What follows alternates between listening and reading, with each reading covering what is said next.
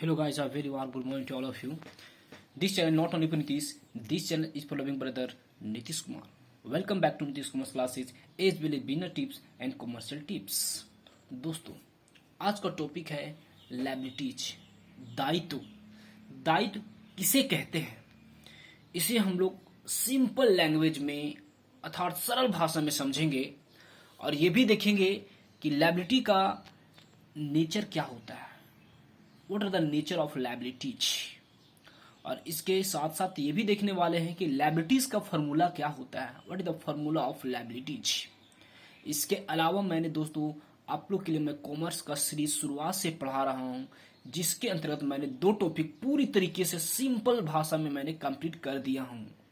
जिसमें पहला टॉपिक था अकाउंटिंग टर्म्स कौन कौन सा है, जिसे मैंने वीडियो अपलोड कर दिया हूं। और दूसरा अकाउंटिंग क्या होता है, इसका फीचर्स क्या है, इसका ऑब्जेक्टिव क्या है, इसके लिए मैंने प्लेलिस्ट 2023 बना के आप लोग के लिए छोड़ दिया हूं। अगर अभी तक आप नहीं देखे तो जाके आप वहां पे एक एक करके आप अपना नॉलेज को इनहेंस कर सकते हैं। और चैनल में अगर नए हैं तो चैनल को सब्सक्राइब कर लीजिएगा, क्योंकि इस तरह से फुटफुल कंटेंट मैं आप लोग के लिए लाता रहता हूं। चलते हैं दोस्तों, बिना समय को वेस्ट किए हुए स्टार्ट करते हैं आपका आज का टॉपिक लायबिलिटीज क्या होता है।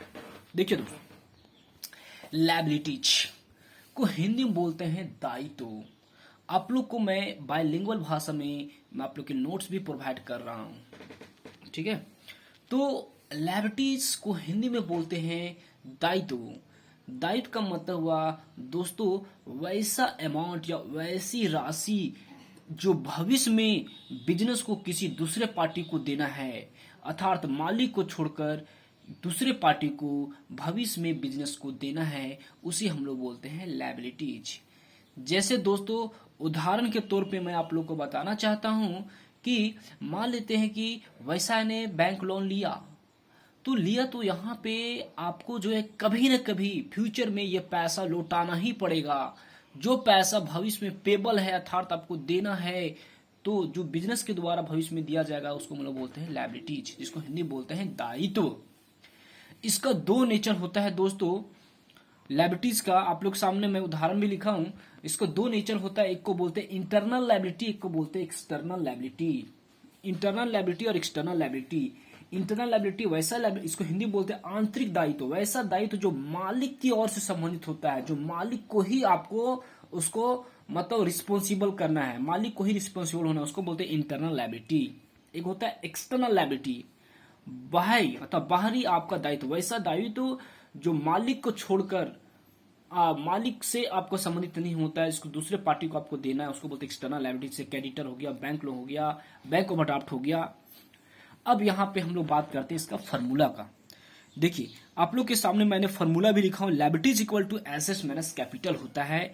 और हिंदी में मैंने आप लोग को नोट्स भी लिख दिया हूं, वह राशि जो व्यवसाय ने अन्य पक्षों को स्वामी को छोड़कर देने से दायित्व कहलाती है। इंग्लिश में मैंने आप नोट्स दिया हूं, लायबिलिटीज मीन्स ये अमाउंट और payable by the business. Example है बैंक लोन, क्रेडिटर्स, कैपिटल। ये आप लोग के सामने नोट्स है।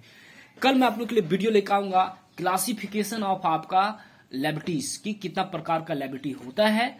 तो जाते जाते मैं प्रत्येक दिन एक एमसीक्यू क्वेश्चन दिया करता हूं, तो आप लोग ये बताइए कि लायबिलिटीज जो होती है का फॉर्मूला क्या होता है। आप लोग कमेंट बॉक्स में कमेंट करके बताइएगा, ठीक है दोस्तों। इस चैनल से जुड़ने के अपने समय को व्यतीत करने के लिए हृदयपूर्वक धन्यवाद।